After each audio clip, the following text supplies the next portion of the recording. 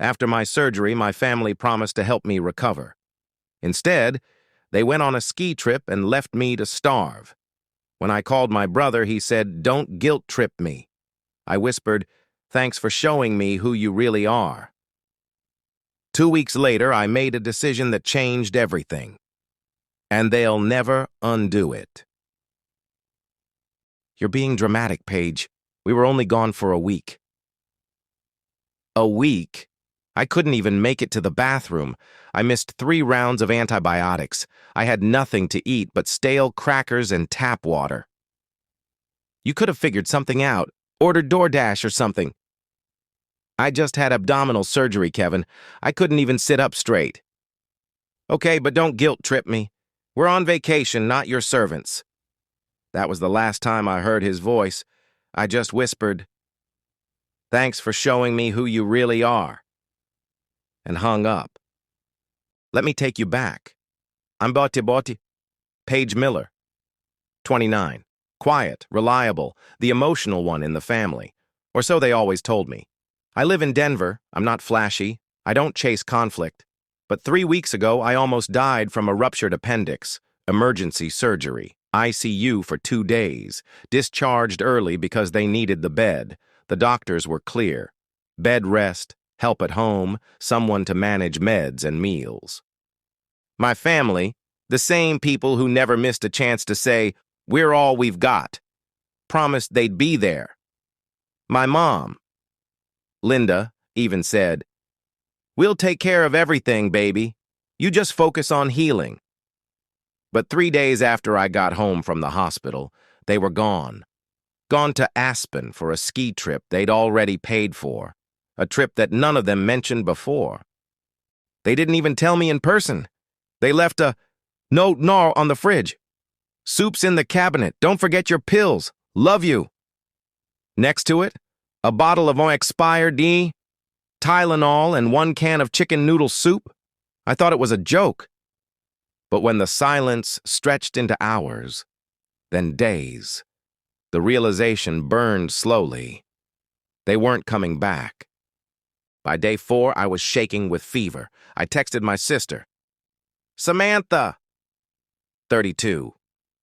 "I think something's wrong. I feel dizzy, can't stand up." She replied, "We're tubing RN. We'll check later." No call, no follow-up. I tried Mom next, straight to voicemail. I saved my last bit of strength for my brother. Kevin, 34, the golden child. The one who once told me, "Family means loyalty no matter what." That call? It broke something permanent. We're not your servants. You could have figured something out. Don't guilt-trip me. And just like that, years of gaslighting, being overlooked, being the emotional dumping ground, it all came into focus. This wasn't the first time they'd abandoned me. When I was 14 and had pneumonia, they still sent me to school. Said I was faking it for attention. When I got into college on scholarship, Mom cried because Samantha didn't get accepted and said I shouldn't brag. When I got my first apartment, Kevin laughed and said, "Good luck surviving on a teacher's salary." I had always been the afterthought, the burden, the quiet disappointment. I excused it all for years, but now, lying in pain, starving, shaking with fever, I saw the truth. They didn't forget me. They chose to leave me. And that's when the shift happened. Something inside me closed.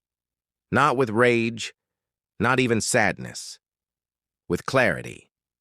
2 weeks later, I was walking again. Slow, but steady. I did what no one expected. I didn't yell. I didn't confront. I didn't beg for an apology. I executed a calculated silence and a beautiful, irreversible revenge. Here's what I did. Removed them from my medical proxy forms. Removed them from my will. Changed the locks to my home. Took my name off the shared family phone plan I paid for. Left the family group chat without a word. Blocked them from emergency contacts at my job. created a power of attorney with my best friend listed instead of family, moved my savings into a private account they didn't know existed. And then I did something even deeper. I wrote a letter, one sentence long. I sent it to each of them, individually. Thank you for making it so easy to see what I needed to do. No further words. Then came the messages. Hey, are you okay? Why are you being distant?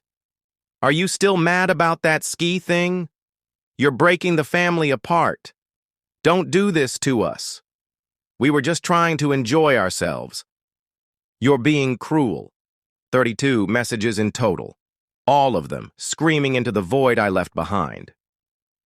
But I wasn't being cruel. I was just done giving to people who would let me rot in silence.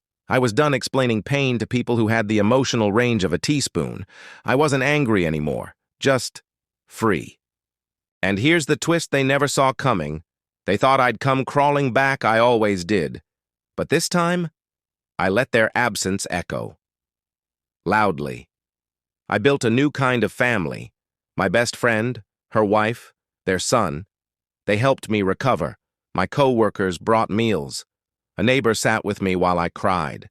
Love found me the moment I stopped begging for it in the wrong places. Months later, I saw a photo online.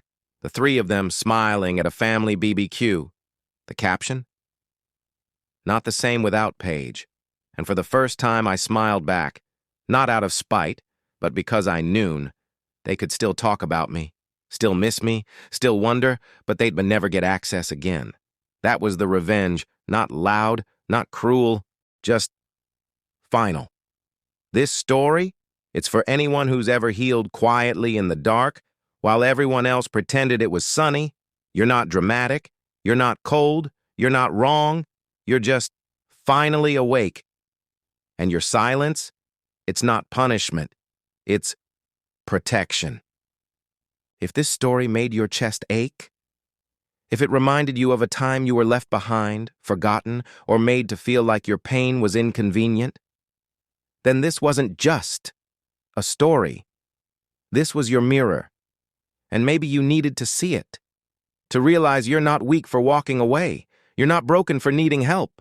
You're not selfish for finally choosing yourself. If you felt that in your bones, even a little, I want to ask you something. Like this video, not for the algorithm, but for you, for the version of you who sat in silence and kept surviving. Subscribe.